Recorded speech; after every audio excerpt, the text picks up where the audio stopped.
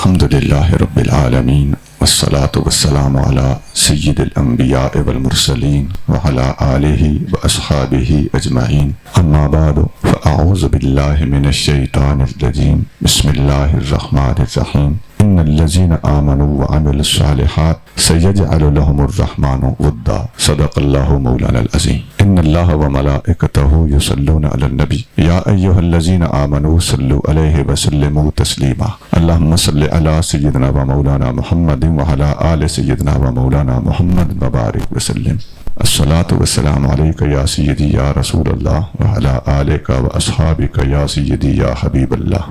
صدر محفل مخدوم و محترم پیر الطاف محمود صاحب زیب مسند آستانہ عالیہ سیدہ شریف، دیگر کثیر التعداد علماء اکرام، مشائخ عظام، بزرگان محترم، برادران عزیز، آج اس مبارک عرس کی تقریب سعید کے موقع پر فقیر نے اپنی بے بدعتی کے باوجود، کم علمی کے باوجود، کم فہمی کے باوجود راہ یہی اختیار کی ہے کہ تصوف و طریقت کے موضوع پر اپنی بساط، سمجھ، مطالعہ اور اللہ والوں کے پاس بیٹھ بیٹھ کے جو کچھ خراشے اپنے دامن میں سمیٹے ہیں اس موضوع پر گفتگو کی جائے۔ اس مناسبت سے فقیر نے آپ کے سامنے قرآن شریف کی سورۃ مریم کی آیت نمبر 96 تلاوت کرنے کا شرف حاصل کیا۔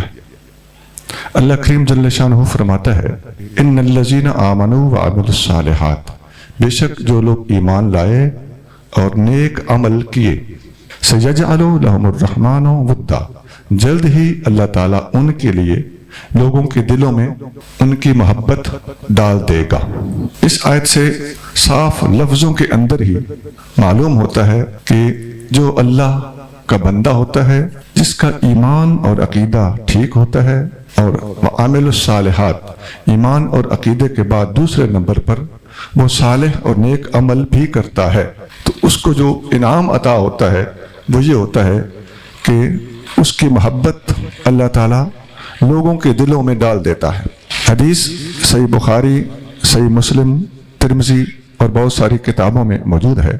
اسی آیت کے تحت وہ حدیث کثرت سے کتابوں کے اندر اور تفسیروں کے اندر بھی بیان کی گئی ہے کہ نبی کریم رؤوف الرحیم صلی اللہ علیہ وآلہ وسلم نے ارشاد فرمایا ان اللہ اذا احب عبدا، اللہ تعالیٰ جب کسی بندے سے محبت کرتا ہے، فدعا جبریل، اللہ تعالیٰ حضرت جبریل امین علیہ السلام کو بلاتا ہے اور ان سے اللہ تعالیٰ فرماتا ہے انی احب فلانا، میں فلاں بندے سے محبت کرتا ہوں، فاحبہ، آپ بھی اس سے محبت کرو، فیحبہ جبریل، جبریل اس سے محبت کرنے لگتے ہیں۔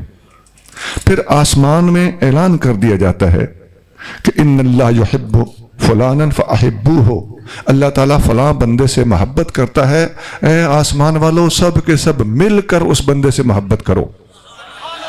ثم یلقى له القبول فی الارض، پھر پوری زمین کے اندر اس بندے کے لیے مقبولیت کے ڈنکے بجا دیے جاتے ہیں، بندے کے دل میں اس کی محبت، اس کی مودت ڈال دی جاتی ہے۔ اچھا، یہ آیت اور یہ حدیث فقیر نے اس لیے آپ کو سنائی ہے کہ اللہ والے، اولیاء، صوفیاء، جن کی محبت لوگوں کے دلوں میں اللہ کریم جل شانہ ڈال دیتا ہے، صاف قرآن میں اور حدیث میں آ گیا کہ اس کی محبت بندے کے سینے میں گھر کر جاتی ہے۔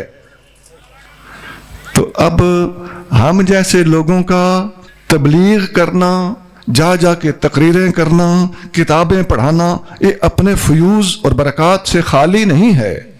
بے شک یہ چیزیں ضروری بھی ہیں، اہم بھی ہیں، فائدہ بھی دیتی ہیں، لیکن جس کی محبت لوگوں کے دلوں میں اللہ کی طرف سے ڈال دی گئی ہو، وہ بندہ گھر بیٹھا ہوا ہوتا ہے، شرق اور غرب والے اس سے محبت کر رہے ہوتے ہیں۔ اس بندے نعرہ رسالت، نعرہ تحقیق، نعرہ حیدری، علماء اہل سنت۔ اب لوگ عملیات کرتے ہیں تسخیر کے لیے، وہ ایک وقتی چیز ہوتی ہے۔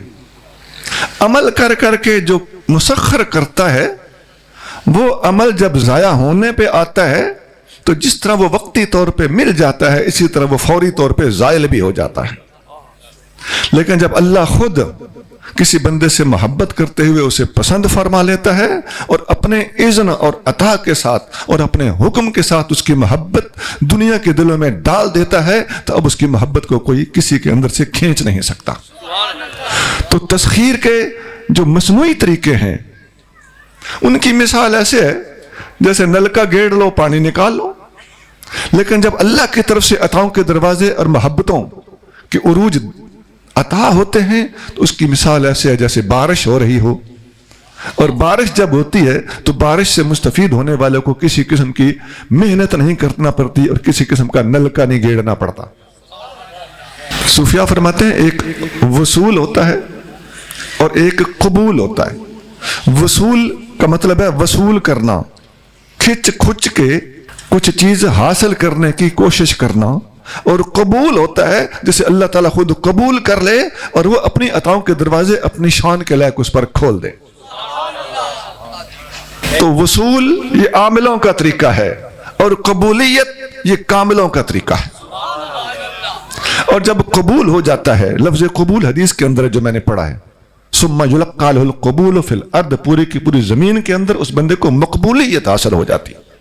اب ذرا توجہ کیجئے کہ جب بندے کو خود بخود اللہ کی طرف سے مقبولیت حاصل ہو گئی ہے تو اب وہ بندہ بات بھی کرے گا تو اثر ہوگا, عمل بھی کرے گا تو اثر ہوگا, اس کے پاس بیٹھنے والا آ کے بیٹھے گا تب بھی وہ اس کے ساتھ محبت کے ساتھ ڈیل کرے گا, اور پکی حب بلکہ عشق کی حد تک بھی اس کے ساتھ وہ ڈیلنگ کر سکتا ہے. تو ایسے بندے کی بات ہو, ایسے بندے کا کردار ہو, ایسے بندے کا پیغام ہو, ایسے بندے کی تبلیغ ہو, قبول کرنے والا, سننے والا, چونکہ مقبولیت اللہ کی طرف سے اس بندے کو عطا ہو چکی ہوتی ہے, اس بندے کی ہر بات, ہر کردار, ہر رویے, ہر آواز, ہر پیغام, ہر تبلیغ, ایک چھوٹے سے رسالے کا بھی اثر بہت جلدی ہوتا ہے. اور ہم جیسے لوگ جتنی بھی محنت کر لیں اس کے جو قبولیت کے معیار ہوتے ہیں ان تک ہم جیسا خشک آدمی نہیں پہنچ سکتا جتنی اللہ تعالیٰ ایسے بندے کو از خود مقبولیت عطا فرما دیتا. اب آپ نے دیکھا ہوگا کہ یہ جتنے بندے بیٹھے ہیں, بے شک آپ آزما لیں, ان میں سے سب سے انفرادی طور پر پوچھ لیں کہ کس مدرسے میں پڑھے ہو, تو بہت کم بندے ہوں گے جنہوں نے مدرسے کا منہ دیکھا ہوگا. اور یہ بندے تو ایک طرف, آپ کسی دیہات, گاؤں, ڈیرے, جنگل پہ چلے جائیں, آپ بکریاں چرانے والے بندے اور ڈنگر چرانے والے چھیڑو اس سے جا کر مل لیں, اس کو مدرسے صدرسے کا کوئی پتہ نہیں ہوتا. ہو سکتا ہے اس نے ناظرہ قرآن شریف بھی بعض اوقات ایسے ہوتے ہیں جنہوں نے نہیں پڑھا ہوتا, لیکن آپ اس سے پوچھو, دو سوال کر لیں, کہاں پڑھے ہو, وہ کہے گا جی میں تو نہیں پڑھا. اور دوسرا سوال, کس کے مرید ہو, وہ ضرور کہے گا کہ میرا پیر فلاں ہے. اس کا مطلب کیا ہے کہ جن لوگوں کو اللہ تعالیٰ جل شانہ نے زمین کے اندر مقبولیت عطا فرما دی ہوتی ہے, ان کی مقبولیت ایک چھیڑو, ایک آجڑی اور ایک گڈریے کے دل کے اندر بھی اللہ تعالیٰ اتار کے رکھ دیتا ہے. تو ہمارا رابطہ معاشرے سے ہوگا تو معاشرے میں ہماری تعلیمات کا نفوذ پھر ممکن ہے, اور معاشرے کے ہر فرد کے ساتھ علمی آدمی کا رابطہ بہت مشکل ہے. لیکن اللہ تعالیٰ نے اپنے پیاروں کو, اولیاء کو, صوفیاء کو اور تصوف والوں کو یہ اعزاز بخشا ہے کہ ان کی محبت وہاں تک پہنچ جاتی ہے جہاں تک ہم جیسے لوگوں کی تبلیغ کا دائرہ اثر نہیں پہنچا ہوتا. اس کے بعد جب ہم آستانوں کے اندر آ کے بیٹھتے ہیں, یہاں کے اندر کا جائزہ لیتے ہیں, تو ہم دیکھتے ہیں کہ کاملین کے آستانوں پر مسجد ہوتی ہے, مدرسہ ہوتا ہے, شیخ کامل کا اپنا وجود ہوتا ہے, ایک تعلیم و تربیت کا نظام ہوتا ہے. ابھی آپ نے دو مراقبے سنے, مراقبے کر کے بھی دیکھے. یہ سسٹم جہاں پر ہوتا ہے, یہاں جو کچھ کرایا جاتا ہے, کیا جاتا ہے, یہ سارے کا سارا بغیر بولے بھی آٹومیٹیکلی, کوئی مرید ہو یا مرید کے علاوہ کوئی دوسرا مسلمان ہو, وہ صرف آ کے جائزہ لینے کے لیے بھی کسی کامل کے آستانے پہ 24 گھنٹے 48 گھنٹے 72 گھنٹے آ کے ٹھہرے, تو یہاں جو 5 وقتی نماز ہوتی ہے, یہاں جو ذکر فکر مراقبے ہوتے ہیں، یہاں جو مرشد کریم کا آنا جانا، 5 وقت نماز کے اوپر آنا ہوتا ہے، مریدوں کو چنگی ماڑی بتانا ہوتا ہے، اور وہ جو 2 یا 3 ٹائم پھر لنگر کا جو نظام ہوتا ہے، اس ساری چکی میں سے ایک اجنبی آدمی بھی آ کے جب گزرتا ہے تو وہ یہاں سے جب واپس جاتا ہے تو اگرچہ اس نے کتاب کھول کے بھی نہ دیکھی ہو، مگر وہ دینی حوالے سے خالی ہاتھ واپس نہیں جاتا، کچھ نہ کچھ سیکھ کے جاتا ہے۔ اور یہ آستانے الحمدللہ ایک جگہ نہیں، جگہ جگہ، بڑے بڑے شہروں کے اندر، شہروں کے باہر، کسی چھوٹے گاؤں یا دیہات میں، اور بعض اوقات جنگلوں کے اندر اللہ کا نظام ہے۔ یہ جگہ جگہ ایک جال کی طرح پھیلے ہوئے پوری دنیا کے اندر موجود ہیں، جن کو آستانے یا زاویے کہا جاتا ہے۔ پوری دنیا کے مسلمان اپنے قریب کسی نہ کسی آستانے کو ضرور دیکھتے ہیں، اور وہاں پر ان کا آنا جانا اکثری اعتبار سے رہتا ہے، اور ان کی ایک خاموش تربیت کا سلسلہ ہے جو ہر آستانے سے جاری و ساری ہے۔ اگر کسی آستانے پر صرف اور صرف مسجد، نماز، ذکر، لنگر اور با کردار مرشد یہ موجود ہیں تو مسلمانوں کی اور انسانیت کی تربیت کے لیے اتنا کافی ہو جاتا ہے۔ اور اگر کسی آستانے پر مدرسہ بھی ہو، کتابیں بھی پڑھائی جاتی ہوں، تو سونے پر سہاگا ہے، اس لیے کہ کتابوں سے نفرت اور تعلیم و تربیت سے نفرت یہ بھی جاہل پیروں کا کام ہوتا ہے۔ الحمدللہ آپ دیکھ سکتے ہیں کہ کاملین کے آستانوں پر سب سے زیادہ مدارس اس وقت بھی موجود ہیں۔ جس آستانے کا مرضی آپ نام لیں، وہاں پر مدرسہ موجود ہے، اور بڑے بڑے علماء اور شیوخ الحدیث اور شیوخ التفسیر آپ کو اگر ملیں گے تو آستانوں پر ملیں گے۔ بے شک ہر جگہ پر مختلف مدارس میں بڑے بڑے علماء موجود ہیں، لیکن بڑے بڑے آستانوں پر اتنے ہی بڑے بڑے علماء آپ کو دستیاب نظر آئیں گے انشاءاللہ تعالی۔ اس کے علاوہ آستانے کے اوپر یہ جو دیکھی جانے والی تربیت ہے، ادب و آداب بھی بہت زیادہ پڑھائے، سکھائے اور سمجھائے جاتے ہیں۔ یہ جو مرشد کے ہاتھ چومے جاتے ہیں، یہ کیا ہے؟ مرشد آئے تو کھڑے ہو جایا کرتے ہیں، یہ کیا ہے؟ جھک کے ملا کرتے ہیں، یہ کیا ہے؟ اگرچہ نہ بھی بتایا جائے کہ جھک کے ملا کرو، لیکن یہ تربیت کا نظام ہی ایسا ہے کہ اپنے بڑوں کو جب کوئی دیکھتا ہے کہ یہ جھک کے مل رہے ہیں، میرا مرشد اپنے مرشد کو جھک کے مل رہا ہے تو میں نے بھی اپنے مرشد کو جھک کے ملنا۔ ایک اللہ والے سے کسی نے پوچھا، حضرت آپ کے مرید آپ کے سامنے جھکتے کیوں ہیں؟ ان کو منع کریں۔ انہوں نے کہا، میں تو کبھی نہیں کہتا کہ میرے سامنے جھکا کرو، دراصل مجھے میرے مرشد کے سامنے جھکتا ہوا دیکھتے ہیں تو یہ بھی میرے سامنے جھکنا شروع کر دیں۔ تو یہ خاموش تبلیغ ہے اور ادب و احترام کی تبلیغ ہے۔ یہاں دست بوسیاں، جھک کے ملنا، مرشد آئے تو کھڑے ہو جانا۔ ابھی میرے ساتھ کوئی پھول تو نہیں لگے ہوئے تھے، حضور قبلہ کرنل صاحب نے کہا کہ کھڑے ہو کے استقبال کرو۔ اب یہ ان کا ایک فعل ہے، اس سے آپ اتنے بندے بیٹھے ہوئے ہیں، سب نے ایک سبق لے لیا کہ مذہبی آدمی کا احترام کرنا ہوتا ہے۔ وہ ایک الگ بات ہے کہ میں اس اہل ہوں یا نہیں، لیکن سبق اصول تو مل گیا نا کہ احترام کرنا ہوتا ہے۔ یہاں کیا سکھایا گیا؟ ادب سکھایا گیا۔ اس کے بعد آستانوں پر جو لنگر کا نظام ہوتا ہے، کھلایا پلایا جاتا ہے، آپ نے دیکھا ہوگا کہ ٹائم پہ لنگر ہوتا ہے، بڑے ادب و احترام سے کھلایا جاتا ہے اور بڑے دلی خلوص کے ساتھ پیش کیا جاتا ہے۔ امیر غریب کا فرق کو نہیں ہوتا، ہر آنے جانے والے کی خدمت کی جاتی ہے۔ یہ آستانے پکی بات ہے، جو آستانہ خدمت خانہ نہیں ہے وہ آستانہ نہیں ہے۔ ہر کسی کی خدمت، آنے جانے والے کی خدمت، امیر غریب کی خدمت، پیر مرید کی خدمت، استاد شاگرد کی خدمت، ہر مسلمان کی خدمت، حتیٰ کہ ہر انسان کی خدمت۔ فرق اپنے جگہ پہ ہے، مسلم اور غیر مسلم کا فرق یہ نہیں مٹایا جا سکتا، نہیں مٹانا چاہیے، نہ یہ مٹانا شرعاً جائز ہے۔ لیکن جب آستانے پہ آ گیا ہے تو وہاں احساس رکھا جائے گا کہ میں نے اس کا دل نہیں توڑنا۔ بہت سی باتیں اندر رکھ لی جائیں گی لیکن زبان سے ان کا اظہار نہیں کیا جائے گا، اگر مہمان کے طور پر وہ آیا ہوا ہے اور اس نے مخصوص قسم کا گوشت نہیں کھانا اور ہمیں پتہ بھی ہے کہ اس کا مذہب یہ گوشت پسند نہیں کرنے دیتا، تو ایسے بندے کو زبردستی وہ گوشت کھلانا یہ کسی اللہ کے ولی کو زیب نہیں دیتا۔ تبلیغ کے طریقے اور بڑے ہیں، آپ اس کو اس کی مرضی کا گوشت کھلائیں، انشاءاللہ تعالی وہ آپ کی مرضی کا گوشت کھانے کے لیے خود بخود تیار ہو جائے گا۔ سٹ مارنے کے طریقے ہوتے ہیں نا، باتیں اندر ہوتی ہیں، ہمیں بھی جائز ناجائز کا پتہ ہے اور پتہ ہونا چاہیے۔ وہ کون سا پیر ہے جس سے ان باتوں کی تمیز نہ ہو؟ لیکن کسی کو ڈھالنے کے آداب اور طریقے جو اللہ تعالیٰ نے صوفیاء کو عطا فرمائے ہیں، یہ ہم جیسے لوگوں کے پاس نہیں ہوتے۔ اور لنگر کھانے کے علاوہ اگر کوئی بیوہ آ جائے تو پھر، اگر کوئی مانگنے والا فقیر کشکول لے کے آ جائے تو پھر، اگر کوئی یتیم آ جائے تو پھر، جتنا کسی کے اندر ذوف اور غربت زیادہ ہے آپ دیکھو گے انشاءاللہ تعالی آستانوں پر اس کی اتنی زیادہ خدمت ہوتی ہے، اس کا احساس رکھا جاتا ہے۔ یہ ضروری نہیں کہ آنے والے فقیر کو، کسی غریب کو، کسی کچکول اٹھا کے مانگنے والے کو آپ ضروری صوفے پہ بٹھاؤ یا اپنی کرسی پہ بٹھا دو۔ یہ تو انزل الناس منازل ہم بھی ضروری ہے کہ لوگوں کو ان کے لیول کے مطابق پیش آنا، یہ اسلامی تعلیمات کا بہت اہم حصہ ہے۔ جس میں یہ سمجھ نہیں، اس کو تمیز نہیں ہے، وہ بندہ تو بھونتلا ہوا بندہ ہے، کنفیوزڈ آدمی ہے، جسے ہر چیز کو مکس اپ کر دینے کی عادت ہے۔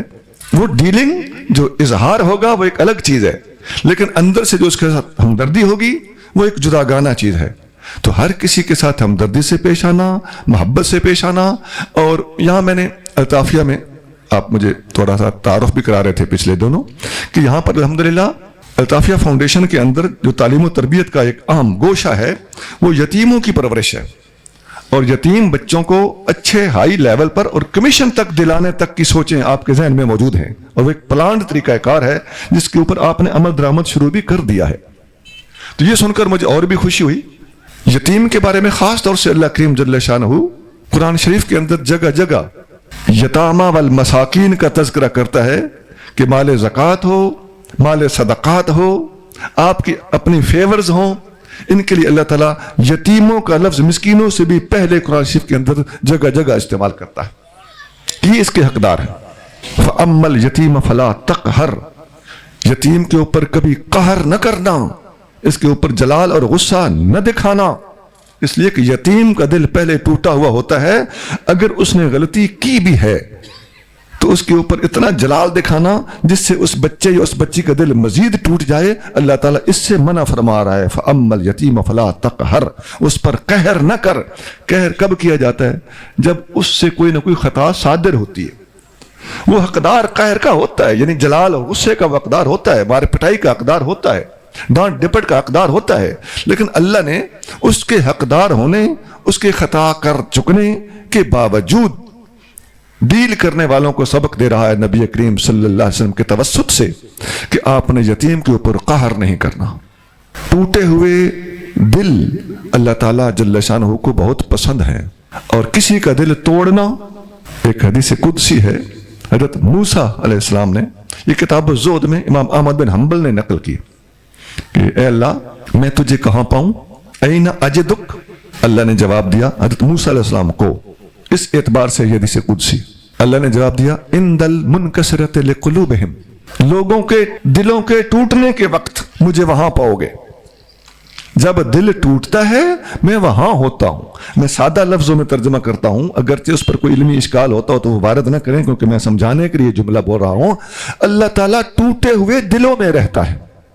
اب وہ رہتا کے لفظ سے میں احتیاط کر رہا ہوں کہ وہ کوئی مقید نہیں ہے، میری مراد سمجھنے کی کوشش کیجیے کہ جہاں دل ٹوٹتا ہے اللہ وہاں ہوتا ہے، اور یتیم کا دل سب سے زیادہ ٹوٹا ہوا ہوتا ہے۔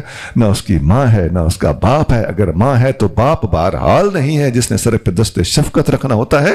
ایسے بچے کا دل ٹوٹا ہوا ہوتا ہے، ٹوٹے ہوئے دلوں کو جوڑنے والا اللہ کا پیارا ہوتا ہے۔ ایک دفعہ میں اپنے مرشد کریم کے پاس حاضر تھا، حضرت سخی سائن نالے میں تھا، ان کا اسم گرامی محمد ہے، اور سندھی میں ان کے پراپر ناؤن کی بجائے نالے میٹھا کہا جاتا ہے، یعنی میٹھے نام والا، تاکہ محمد کہہ کے پکارنے میں کوئی روکھا پن نہ پایا جائے۔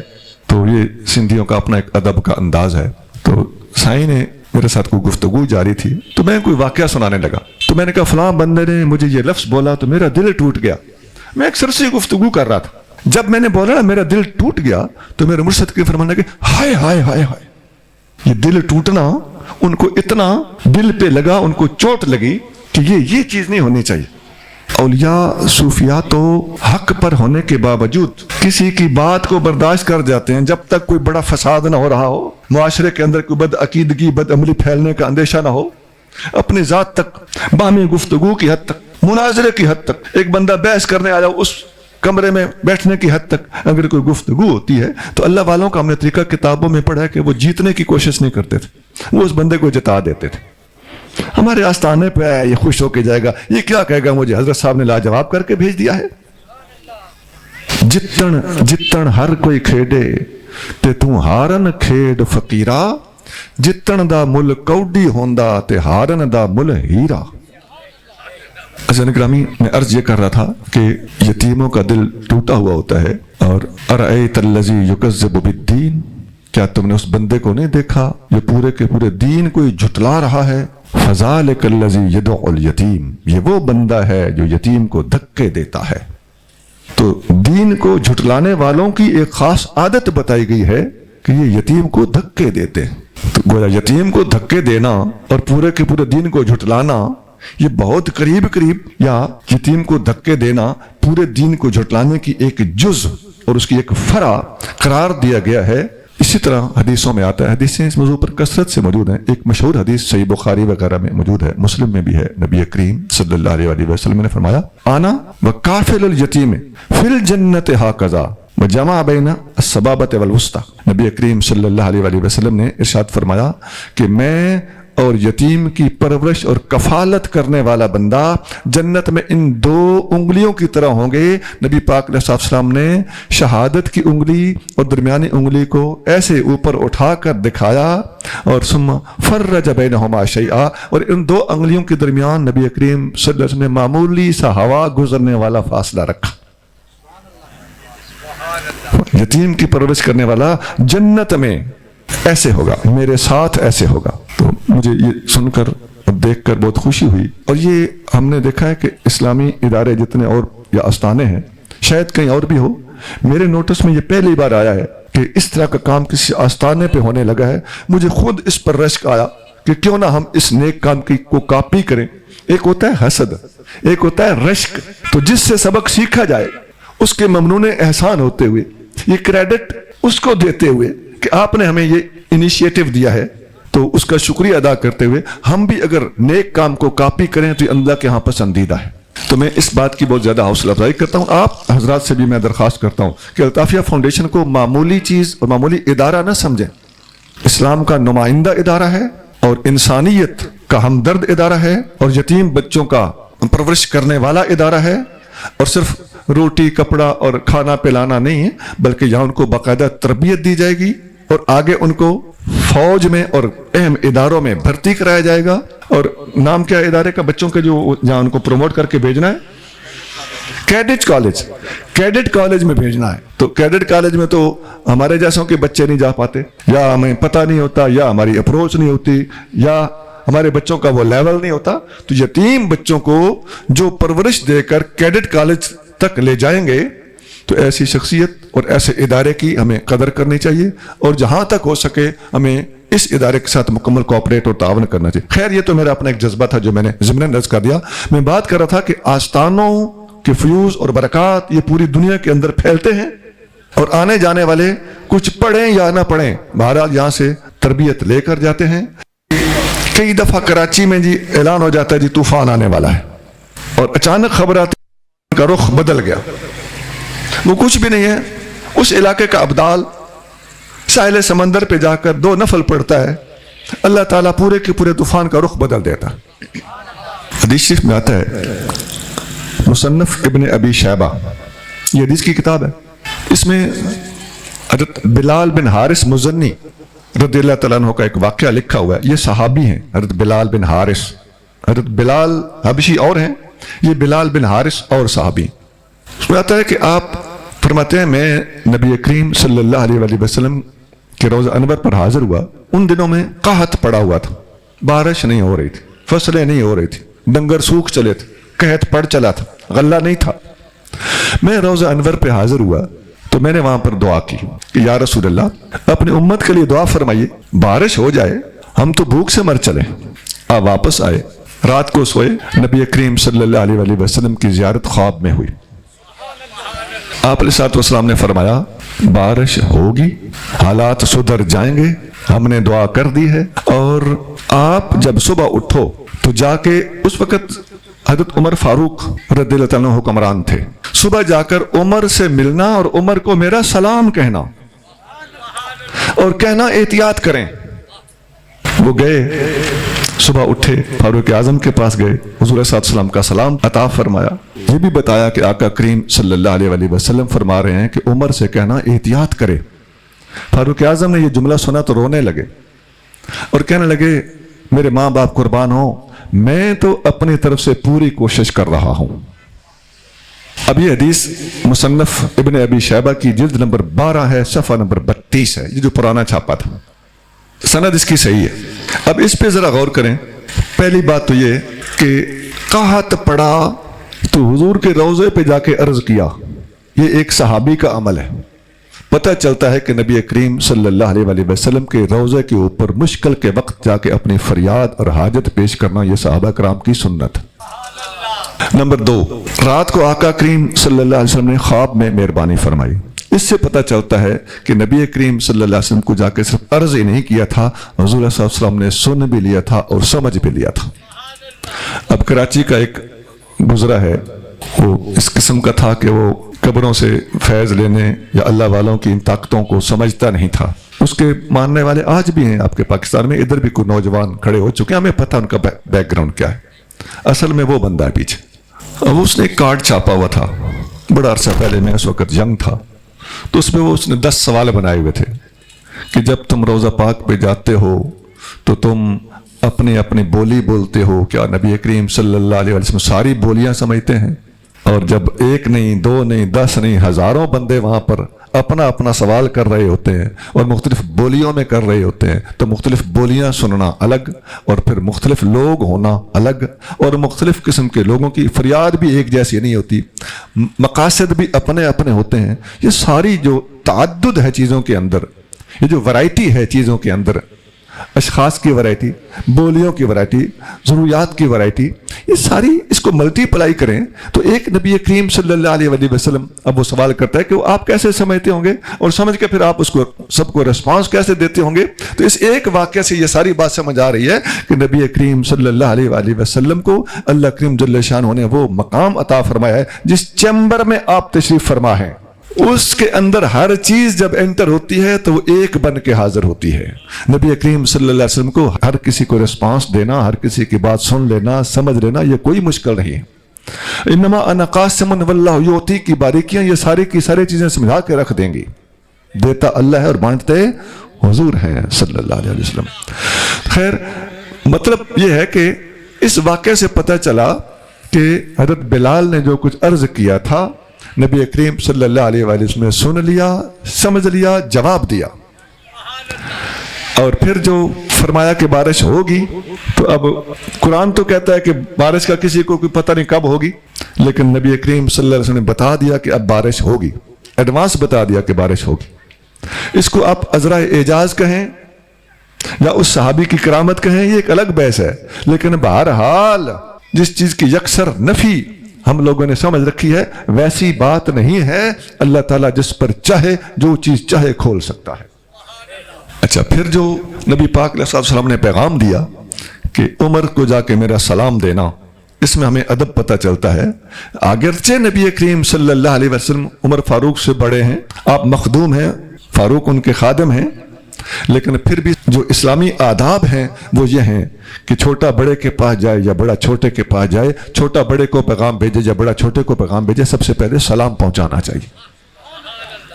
یہ بھی پتہ چلا کہ فاروق اعظم کو سلام حضور پہنچا رہے ہیں، اور جسے حضور کہیں اللہ تجھے سلامت رکھے، اس بندے کے سلامت ہونے میں کسی قسم کا شک نہیں ہونا چاہیے، اس کا دین بھی سلامت ہے، اس کی دنیا بھی سلامت ہے۔